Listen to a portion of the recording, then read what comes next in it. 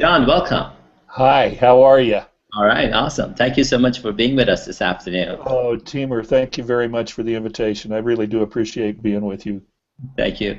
John, for people viewers who don't know you, I know that you've consulted companies like Zappos, CB Richard Ellis, for service solutions. I know you're an in-demand speaker by various universities and organizations across the world. You've written multiple books, Travel Leadership, which was a New York bestseller, where you were one of the co-authors.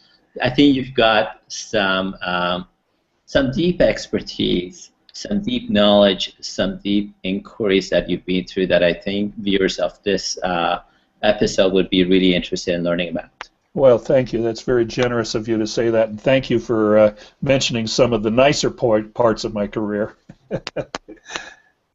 Today's conversation and really the theme is all around relationships and tribes. Yes. The context, the background context is, a lot of corporations really know that they need to invest and utilize digital technologies, whether it's social media, mobile apps, Internet of Yes. everything, robotics, analytics, big data, and so on.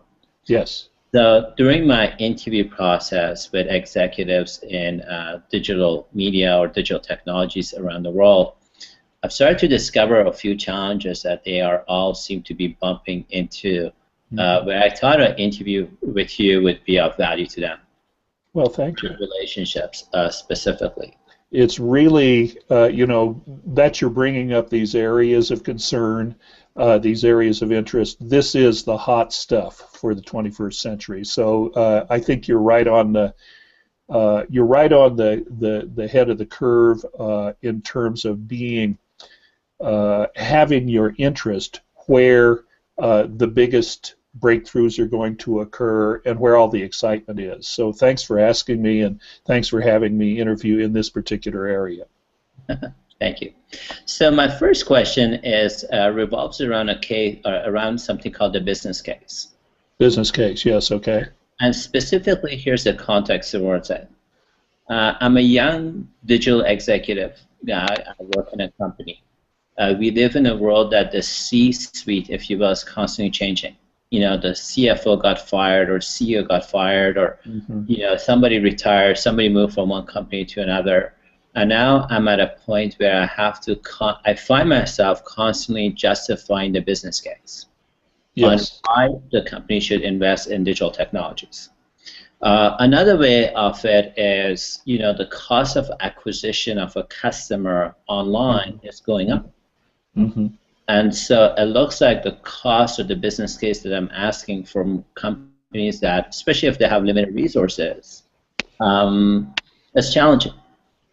And the best case scenario was about 2 weeks ago. I was facilitating an event with retail executives. And the head of a digital technologies from one of these retailers said, Taimour, when I go to the CEO and I ask for $10 million, what I'm competing against is the other guy who's asking for $10 million, but he's giving him a store. So the CEO knows, or the CFO knows what they're getting if they give that guy $10 million, and I'm asking for something like digital technology, and I can't tell you. I think I'm going to tell you what it is I'm going to give you, and behind their mind, it's like, I don't know, how do I compete with the guy who's asking for 10 million? He's going to give you a brand new store because you know what you're going to do with the revenues for that. Mm-hmm. So the business case around digital technologies is becoming a little bit challenging, especially for folks who don't have any formal training on how do you pitch and how do you get people engaged. Mm-hmm. So my first question to you is that if you were consulting a company on how do you pitch for that business case, what are some things that you would ask them to consider specifically, and how do you get people on board? Okay, well, great question. First of all, I like your example of, shall we say, someone who's selling bricks and mortar versus somebody who's selling vaporware. where it just seems like it's smoke and mirrors. It isn't smoke and mirrors by any means, and anybody who is in this generation, anyone who is what we call a digital native, actually knows how solid this is, how strong this is, but it isn't necessarily readily apparent to the people who are in the C-suite, especially if you've been having some kind of revolving door in the C-suite and people have been going in and out because of performance issues or health issues or retirement or whatever it happens to be. Mm-hmm. But I would say that, first of all, I love this old rule from a long way ago, which is keep it simple, stupid. So we're going to kind of kiss this sort of answer. And what I'd say is that the background for this is leadership. And by this, what I mean by leadership is the background of this is that a leader is able to create an environment in which people flourish. So in the C-suite, the CEO's job and all of the C-suite officers, their job is to create an environment for their particular area of interest in which people can feel free to contribute. They feel safe. They feel there. So safety is the very first thing. We don't get anything. Maslow was the guy who told us this, and he was right, that we don't get anything at all well done unless there's a sense of safety in the organization. And that means everything from I'm not going to get mugged going from here to the parking structure to file cabinets aren't going to fall on me and stuff off of file cabinets, to I'm actually safe making and pitching ideas to my peers. I won't be suffering ridicule by that. I'll be respected. And I will be safe in pitching ideas even if they're conflicting with the opinion, the assessment, or the judgment of the person I report to. So safety is the number one thing. Safety is the ground of being or the basis of relationship. What's going to make it work is going to be the quality of our relationships. So there's three things about the quality of our relationship in the organization that are critically important. The first thing is core values. So it's in the realm of core values. So what we've done is we've created a background of safety and relationship, and now we're going to the specifics. And the specifics or the content inside of this are, one, that we have resonant core values. We do not have to have the same core values as the other people on the team.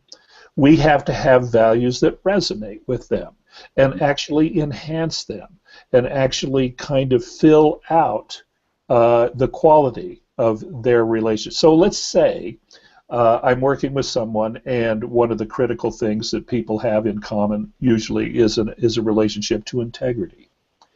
Now, you may say it one way, the boss may say it one way, my coworkers may say it one way, and I may say it another, and the way I may say it is I may talk about loyalty, or I may talk about honesty, or I may talk about kind of the ethical consideration here. The important thing is what I'm talking about and what you're talking about makes music together. It resonates with each other. So we're looking for a harmonic. I'm not looking for that I have the same core values as you, and many people are mistaken about that. I am looking that my core values and your core values dance together. They enhance each other, and they make for a fuller, richer kind of harmony, if that makes sense. So the first thing is the core values, because those are our drivers. In terms of our relationship, in terms of the safety of our relationship, bless you, in terms of all of that, the fact that we have resonant core values gives us an enormous head start as we approach the second piece of it. The second piece is our project. The project actually has to be something that you look at, I look at, and everyone who is on the team or the package that is producing this project looks at as something that's going to open something up for us. So it's not just that it's going to make money. It's not just that it's going to be something that is a cool thing to do.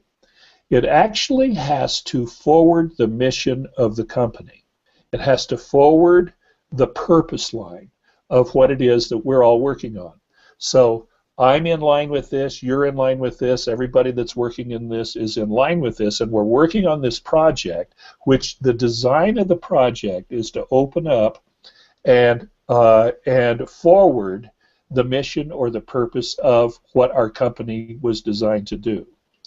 The third thing is that what it opens up, that which the mission is being fulfilled with, is viewed by all of us as a noble cause, as something that was really worthwhile. So to kind of recap this, we've got an environment of relationship and safety, or safety and relationship, I would say first, in which there are people who have resonant core values and are working together collaboratively on a project that is not only producing something along the purpose line and the mission line of the company, but is something that we all consider to be a noble project or has a noble cause about it. Does that respond to what you were asking? Absolutely, absolutely. So, kind of what I'm hearing from you, if I may, or what I'm learning from you is, assuming that I was going to pitch you, assuming you're the CEO of a major corporation, I'm the head chief digital officer guy, and I'm going to be coming to pitch you on my business budget, need, whatever it is, my business. Prior to me walking to your office on pitch day to present, what's useful for me to do is get to actually know you better. And when I'm getting to know you better, you know, we can talk about, I don't know, the sky or, you know, the political party in town. But we need to listen for what are your core values. What are some things you care about? Yes. You kind of see where some mutual beliefs, common places where we have about the direction of the business. Right. I actually would say, rather than talking about the political figure right now, which that is such an incendiary thing, what I would do is I would actually have a conversation with the person about what's important in their life, which will probably be their family and the activities of their kids and what they want for the future for themselves and their company. Because in that conversation we're going to hear value after value after value after value come down. It is not possible to talk about my kids and my grandchildren in this case and you not hear the commitments and the values that I have, and also the commitments and the values that the kid has. So that's my legacy. So talk to people about their legacy. Talk to people about what it is that they're creating in life. What's your legacy? That's real. Awesome. John, the other question that I have for you is, as I work with chief digital officers around the world, one of the things I've noticed is they stumble upon, they get stuck on something that you and I refer to as siloed divisions. Silos, yes.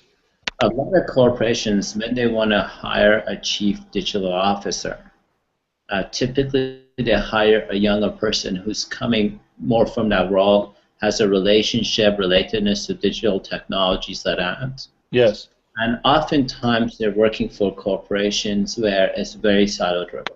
Yes. And for that individual, the chief digital officer, to be effective in their job and accomplishing their objectives for the year, they need to be very effective at working across silos. Yes.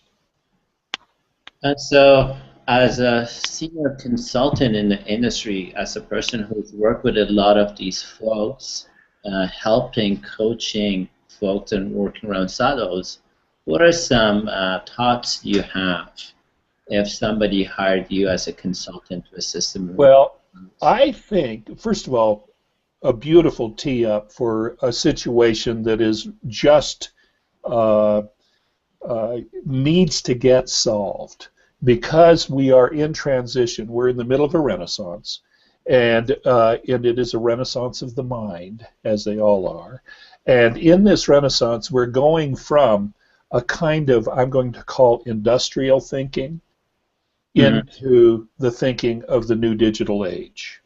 So you're right. A lot of times companies realize, well, we need to actually put some resources into digital. Let's get some fresh, young, hotshot in here who can kind of lead the way and get us going. And once we figured out what he's got, we'll get rid of him because we'll do things our way anyway. And so what I'm going to say is a lot of times these young hotshots who are brilliant and who grew up as digital natives are being transplanted into an analog kind of environment where nobody gets them. And it's not what I'd call a nurturing environment. You know, it's like if I'm going to plant the flower, I want to plant the flower in fertile soil. Analog is not a fertile soil for the digital environment and for the digital fruit to occur. So the person coming in has got a couple of important things that they have to take into consideration. And these are vital not only for his personal or her personal survival, which is the least of it, but for the actual tethering of this analog company to a digital commitment so that they can make the transition into the 21st century, if that makes any sense at all. So now we got a tiny little element, the IT department, the digital executive kind of place that is, oh, those weird guys over there and all of us who know how to do things really. And in the beginning, we know that in the beginning of any revolution or evolution, there's always resistance. So there's always going to be resistance. Okay, so this is what's important for this young person to do, or for the person who's in this position. One, they have to have a champion. And they have to have a champion who outranks most people in the company and has influence across several silos.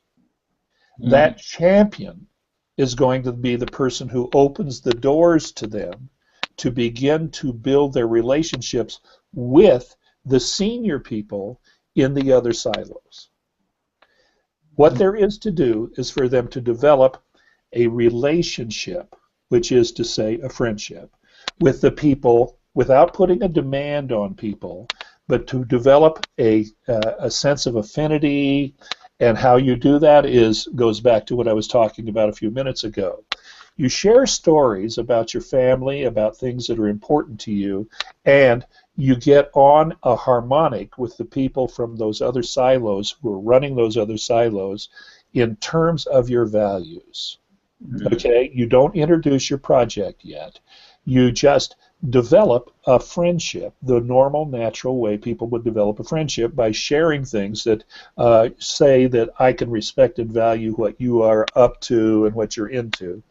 And they show a real interest in what those silo bosses are doing. What do they think? What is their job? How does their job fit into the puzzle of getting things done? And what they're doing is they're listening to what other people do, and they're allowing themselves to be taught the really kind of deeper, values-driven part of other people's silos. Then they go away. Then they come back. They ask them to coffee or something like that, and maybe 2 or 3 of them. But they bring them together and they say, here's where I think I can help you as a digital executive. Here's where I think I can make life easier for you, make it more fluid for you, make it more interesting for you, and if this is something you're interested in, here's probably what I'm going to need from you in order to get it done. In other words, you set expectations. So you've listened. You've learned. You've thought about it.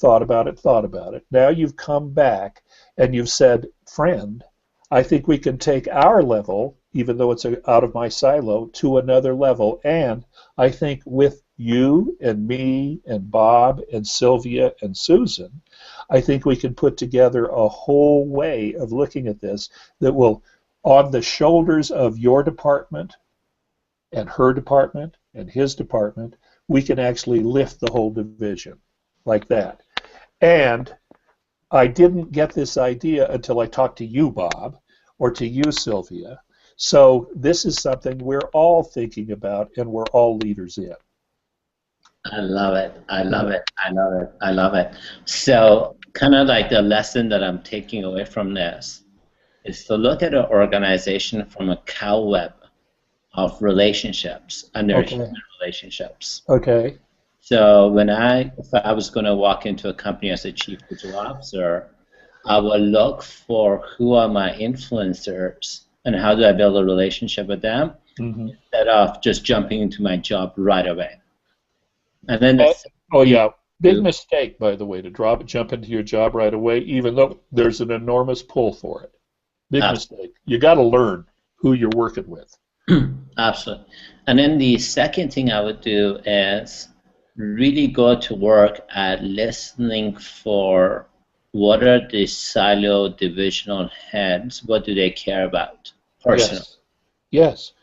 And the more of these, I completely appreciate and understand that in many organizations we work on quarterly objectives. Did you meet your quarterly objectives? Yep. I completely understand that. But also what I'm learning from this conversation is to create a structure where I'm constantly building a relationship with silos. And yes, that will take time. It doesn't happen overnight. But by more relationships I build in a cow web of relationships, the more effective I'm going to be at delivering my objectives in a quarterly siloed way. Yes, and I'll tell you, there's a little secret deal to this too.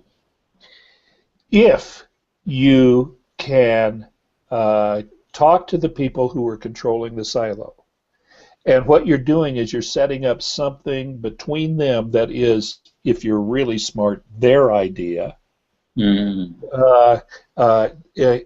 you do them the favor of making the digital office very much their toy, at least in their mind.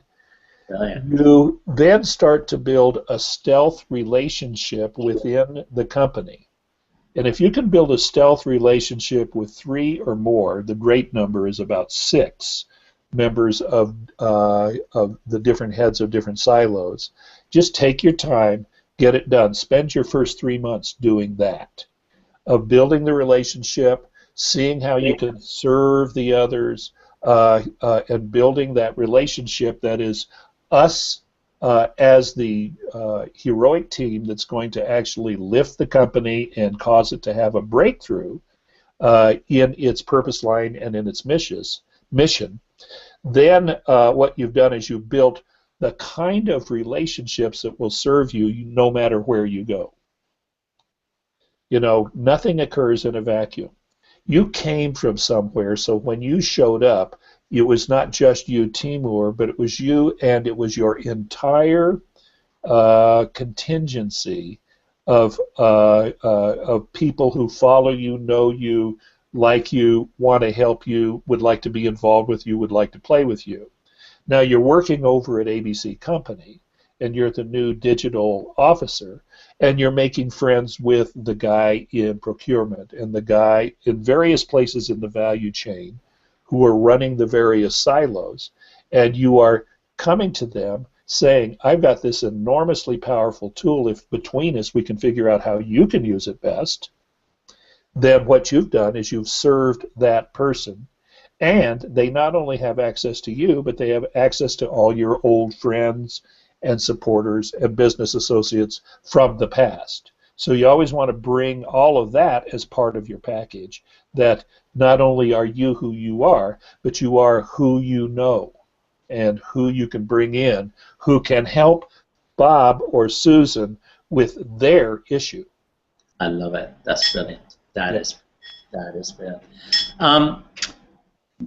You know, one of the other things that I'm constantly coming across when it comes to digital executives is this whole conversation called conversion. I have a company has that, I'm making this up, 1 million Facebook likes, Uh-huh. thousands of Twitter followers. Yes. They're constantly challenged with how do I convert people who are online followers into an offline customer? And John, what most people don't know about you and your background is that you have been in show business. You've produced Broadway shows, you've been television, you've just been in show business in various forms. Mm-hmm. And I think you've done a fantastic job being in that industry. From a show business perspective, what advice would you have that would help a digital officer convert online followers into offline customers? Okay. Well, first of all, thank you for outing me as a recovering showbiz guy. Yes. I will say that everything that I learned of real value in business, I learned in show business. It's a very, very black and white, hard business, and it lets you know immediately if you passed or failed. The rewards are tremendous because it's a venture. You're never involved in anything that is a sure thing, even though you like to think you are. But it teaches you how to do things like pitch. It teaches you how to do things like come up with ideas that are, as they say, out of the box. You talk to a person in show business and you say you got to be thinking out of the box. He has no idea what you're saying because that's all he does is think out of the box.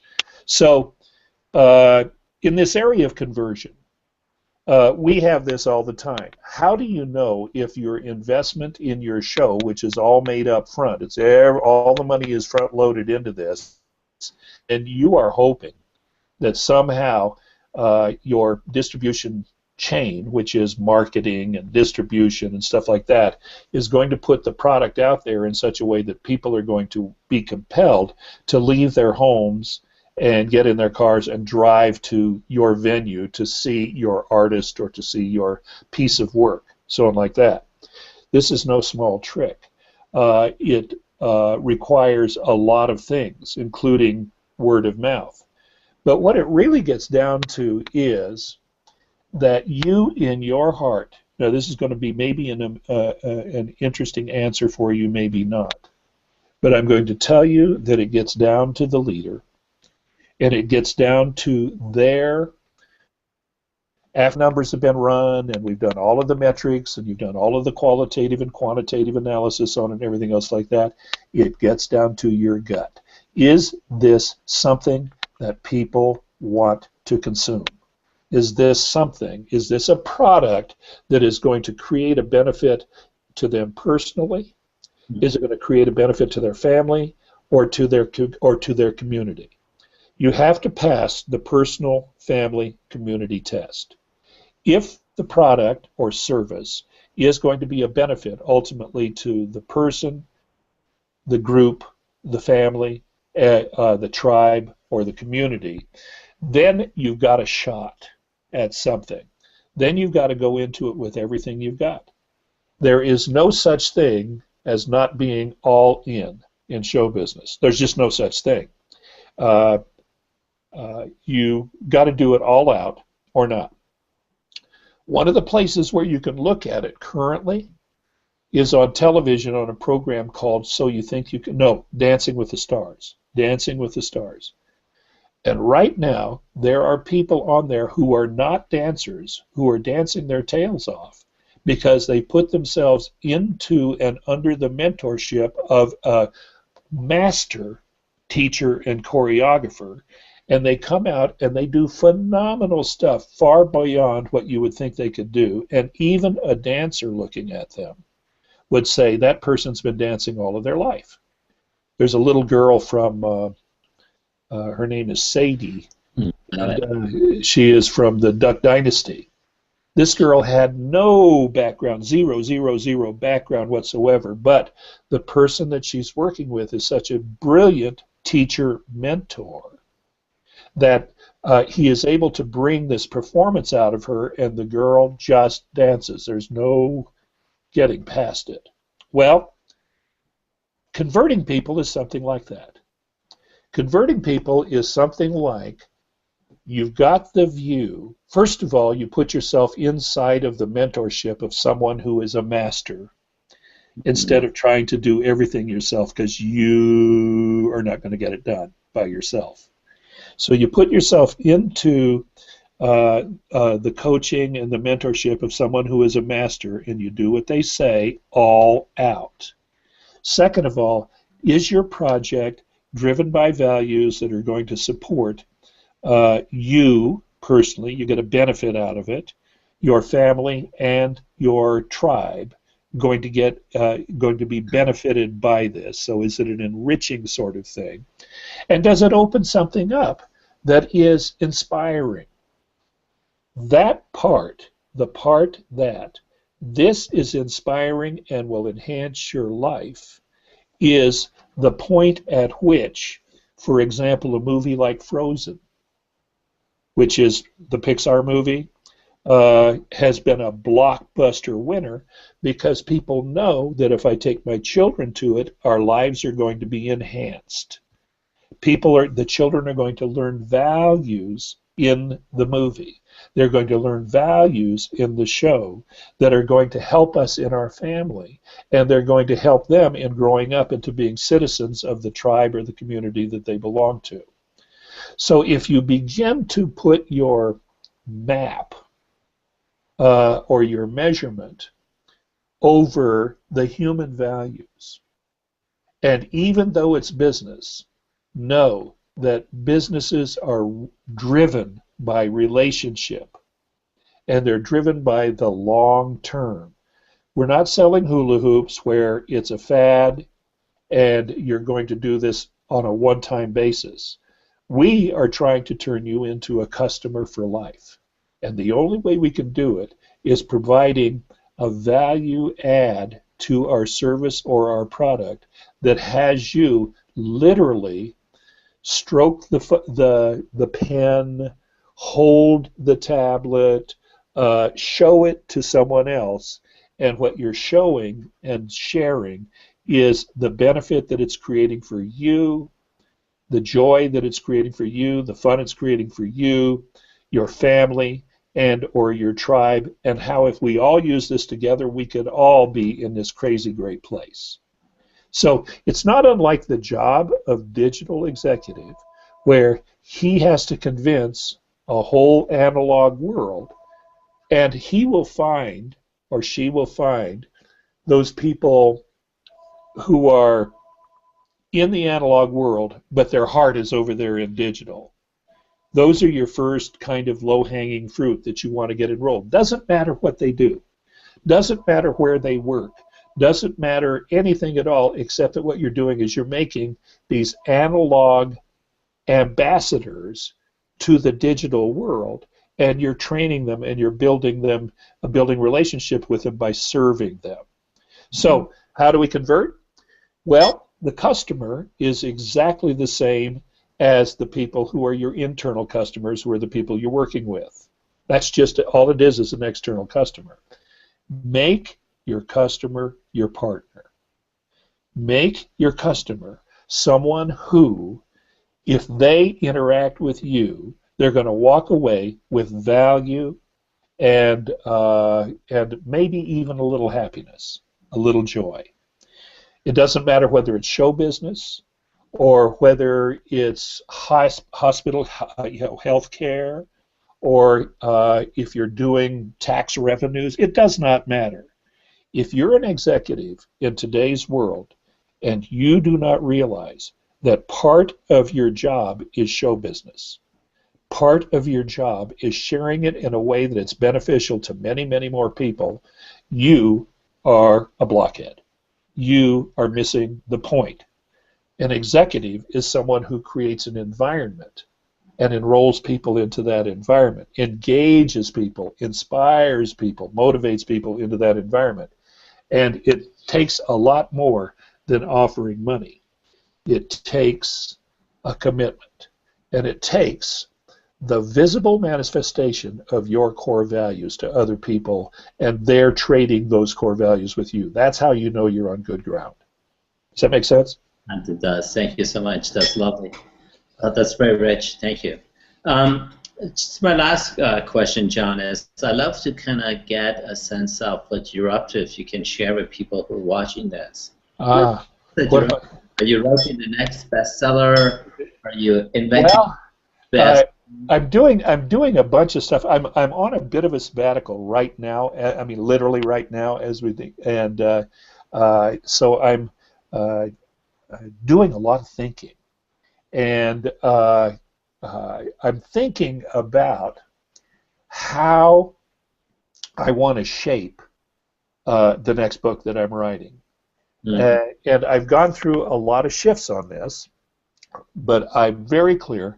I don't want it to look like a normal business book. Nothing wrong with normal business books, but I don't want it to look like that. I'd actually like to be sharing more of my heart. I'd like to be sharing more of the deep thinking that I've put into the areas of relationship and organizations and the cultures of organizations and the strategy for moving organizations from one place to another. So I'm doing a lot of thinking about that, and I'm preparing myself. In about 6 weeks, I'm going to be in Kuala Lumpur, and I'm going to be teaching at a leadership academy there called the Southeast Asia Leadership Academy, and I'll be teaching these ideas that I've been thinking about. And then in March, I'm going to the Middle East, and I'm going to teach at the Middle East Leadership Academy, and then in June, I'll be at the Central Eurasian Leadership Academy in Istanbul. So what I'm getting ready to do is travel a lot, which means what I'm trying to do is lose a lot of weight, because whenever I go, I eat too much and I gain weight. But I get to participate at these leadership academies with people who have been selected by their country as the high potential leader, either in politics or in the basic industries and services of that country. For example, Kyrgyzstan has one of the largest gold mines in the world, and we have on staff the woman who is number 2 in the running of that the HR department of that gold mine, but she also is also running the Central Eurasian Leadership Academy, and because she sees what it brings. So we've got people who are in the parliament in Afghanistan who are being trained by us. We've got people in Armenia who are the Minister of Culture, who is one of our alumni.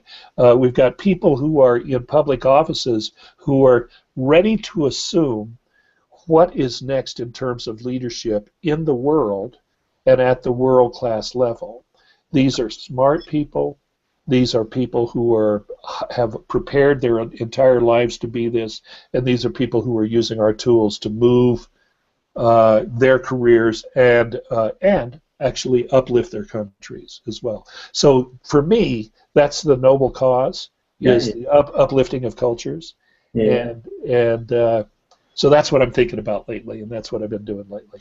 Awesome. Thank you so much for sharing. And John, my final question is, yes. How does somebody get hold of you if they're interested in asking you some questions, getting you engaged in a project, calling for some advice, consulting?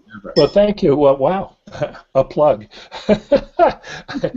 I would be a bad show business guy if I didn't end on a note like that, so I really appreciate your asking me that question.